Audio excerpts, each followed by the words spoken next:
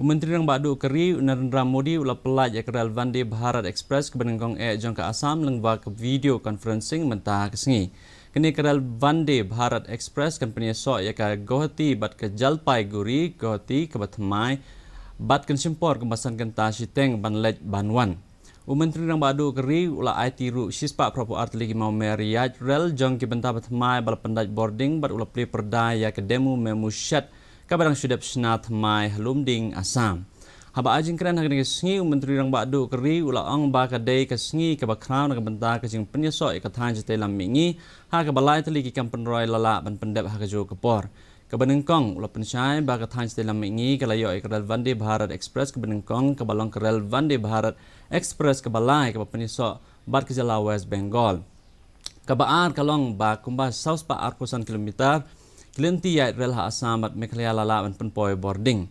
Bat ke balai pat kalong balayo ban play perdaya ke sam demu memu ke Batmai halumding Assam.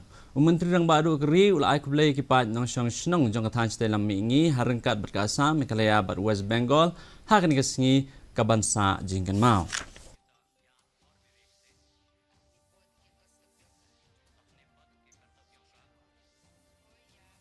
Rail connectivity के लिए एक बहुत बड़ा दिन है।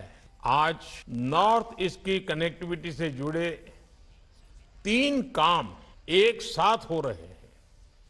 पहला, आज नॉर्थ ईस्ट को अपनी पहली made in India Vande Bharat एक्सप्रेस मिल रही। दूसरा, ये पश्चिम बंगाल को जोड़ने वाली तीसरी वंदे भारत एक्सप्रेस। दूसरा, असम और मेघालय के लगभग 450 किलोमीटर ट्रैक पर बिजलीकरण का काम पूरा हो गया है। तीसरा, लामडिंग में नवनिर्मित डेमू मेमू शेड का भी आज लोकार्पण हुआ है। Kementeri Ketenaga Social Justice ke Sarkar